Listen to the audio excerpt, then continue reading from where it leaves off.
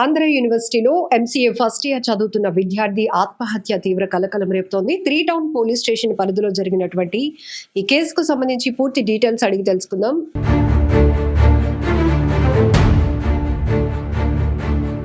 CI Paidayya గారు మనతో పాటు ఉన్నారు. సార్, జనరల్ గా చాలా స్మెల్ వస్తోంది, దుర్గంధం రావడంతోనే లోపలికి వెళ్ళి చూసేటప్పటికి ఆ యువకుడు ఆత్మహత్య చేసుకున్నట్టుగా స్థానికులు మీకు ఇన్ఫర్మేషన్ ఇచ్చారు. ఏమైంది సార్, అసలు ఈ అబ్బాయి ఎవరు, ఎక్కడి నుంచి వచ్చాడు? ఈ పిల్లడి పేరు ఎన్ లీల సాయి అండి. ఎంసీఏ ఫస్ట్ ఇయర్ ఏయూలో చదువుతున్నారు.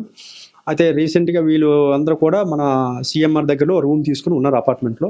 అయితే 5 ఉంటున్నారు. అందులో ముగ్గురు పండగకి వెళ్ళారండి. ఈ అబ్బాయి తర్వాత రామకృష్ణ అని ప్రైవేట్ కంపెనీలో పనిచేస్తారు. వీళ్ళందరూ ఉంటున్నారు.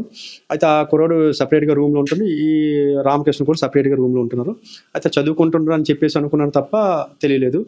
ఈ నెల 17వ తేదీన వాళ్ళ మేనమామ గారు తీసుకొచ్చి ఇంట్లో పెట్టారు, అక్కడ తీసుకొచ్చారు. దాంతో రామకృష్ణ కూడా చెప్పారు, బాబు ఈ అబ్బాయి కొద్దిగా డల్గా ఉంటున్నాడు, కొద్దిగా చూసుకోండి అని చెప్పేసి అన్నారు. ఓకే సార్, మేము చూసుకుంటామని అన్నారు. అయితే ఈ పిల్లడు కూడా అంతకుముందు కూడా కాంపిటేటివ్ ఎగ్జామ్స్ చాలా వరకు రాశారు, కానీ ఇందులో కూడా అతను సెలెక్ట్ అవ్వలేదు. దాంతో అప్పటి కూడా ఇతను ముభావంగా ఉండడం జరుగుతుందని చెప్పి వాళ్ళ మేనమామ గారు చెప్తున్నారు. అయితే వాళ్ళ ఫాదర్ మదర్ కూడా వాళ్ళకి ఫ్యామిలీ డిస్ప్యూట్స్ ఏవి ఉన్నాయి. మదర్ దగ్గర ఉంటాడు ఈ పిల్లడు. వాళ్ళ ఫాదర్ కూడా సరిగ్గా చూసుకోకపోవడం ఇది జరుగుతుంది. ఇదండి అవనిగడ్డ, కృష్ణా డిస్టిక్ అండి. అక్కడ వాళ్ళ మదర్ వాళ్ళు ఉంటారు. ఈ పిల్లడు మన దగ్గర ఇక్కడ చదువుకుంటే ఏయూలో. సీన్ కి వెళ్ళి చూసేటప్పటికి ఎన్ని డేస్ అయ్యి ఉండొచ్చు సార్? అంటే మేబీ 3 to 4 days చనిపోయాయని అనుకుంటున్నాను. అది ఇప్పుడు డాక్టర్ గారికి పెట్టామని డాక్టర్ గారు చెప్తారు, పిఎం పంపించి. సో తరచుగా ఈ మధ్య చూస్తే కనుక యువత, ముఖ్యంగా విద్యార్థి దశలో ఉన్న వాళ్ళు చనిపోతూ ఉన్న పరిస్థితులు ఉన్నాయి. ఎక్కువగా వాళ్ళ మోటో కూడా ఫెయిల్ అవుతున్నాము, ముందుకు వెళ్ళలేకపోతున్నాం, సక్సెస్ అందుకోలేకపోతున్నాం అనేది ఎక్కువగా కనపడుతోంది. అంటే ప్రతిదానికి ఇది కరెక్ట్ కాదండి. మేము చెప్పేది ఏంటంటే స్టూడెంట్స్ అందరూ కూడా ప్రయత్నిస్తూనే ఉండాలి. ఇది కూడా ఫస్ట్ టైమే జాబ్ వచ్చేసేదని కాకుండా ప్రయత్నం చేస్తూ ఉండాలి. ఎక్కడ కూడా భయపడవలసిన అవసరం లేదు. ఏదో రోజు ఎక్కడో దగ్గర మనం సక్సెస్ అనేది అవుతాము. అది మేము అందరికి కూడా చెప్పేది కూడా అదేనండి. భయపడే అవసరం లేదు, దానికి ఎక్కడ కూడా టెన్షన్ పడవద్దు, కాదని మేము చెప్తాం.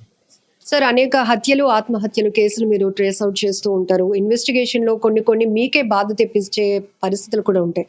ఎక్కువ శాతం ఈ టీనేజర్స్ ఈ ప్రధాన కారణాలు అంటే మెయిన్ ఏంటంటే పేషెన్సీ లేకపోవడం, ఓపిక లేకపోవడం, ప్రతిదానికి కూడా టెన్షన్ పడడం, ఏమైపోతుందో అనేది భయం.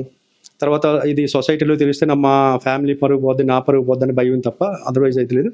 అలాంటిది ఏమీ లేదండి. ఎవరు కూడా భయపడవలసిన అవసరం లేదు. ఏదైనా ఉంటే ఫ్యామిలీతో కానీ డిస్కస్ చేయాలి, లేదంటే మాకు చెప్పినా కూడా మేము వాళ్ళకి కౌన్సిలింగ్ చేయడం అయితే జరుగుతుందండి. సో జాబ్ రాలేదనో, లేకపోతే అనుకున్నంత ర్యాంకులు రాలేదనో, లవ్ ఫెయిల్ అయ్యామనో, లేకపోతే వాళ్ళకి వచ్చినటువంటి సమస్యని, హెల్త్ ఇష్యూస్ కూడా ఒక కారణం, వాళ్ళకి వచ్చిన సమస్యని పేరెంట్స్కి చెప్పుకోలేక, ఎవరితో షేర్ చేసుకోలేక, ఇట్లా మానసిక క్షోభకు గురవుతున్నటువంటి యువత ముఖ్యంగా ఆత్మహత్యలకు పాల్పడుతూ ఉండటం చాలా బాధాకరమైన ఘటన. 3 టౌన్ పోలీస్ స్టేషన్ పరిధిలో రేసపవాడిపాలెంలో జరిగిన యువకుడి అత్యంత బాధాకరమైన విషయం అని చెప్పాలి. ఎందుకంటే కృష్ణా జిల్లా అవనిగడ్డకు చెందినటువంటి అబ్బాయి తల్లితో పాటు ఉంటున్నారు. అయితే ఈ అబ్బాయిలో కొంచెం యాక్టివ్గా ఉండేలాగా ఉండాలి అంటే ఇక్కడ కన్వీనియంట్గా చదువుకోవడానికి వాళ్ళ మావయ్య గారు ఇక్కడ ఒక రూమ్లో మిగతా పిల్లలతో పాటు పెట్టడం జరిగింది. కానీ రీసెంట్గా చేసినటువంటి కాంపిటీషన్ ఎగ్జామ్స్ తను అటెంప్ట్ చేసినా కూడా పాస్ కాలేకపోయాను అనేటటువంటి మనోవేదనతోనే ఆ అబ్బాయి ఆత్మహత్య చేసుకున్నట్టుగా తెలుస్తోంది. ఏది ఏమైనప్పటికీ కూడా చాలా బాధాకరమైన ఘటన.